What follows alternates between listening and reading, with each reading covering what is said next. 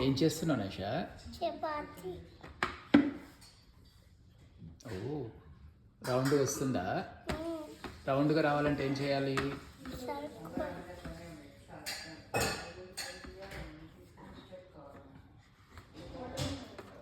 అయిందా రౌండ్గా నైష? సరే తింటున్నాను.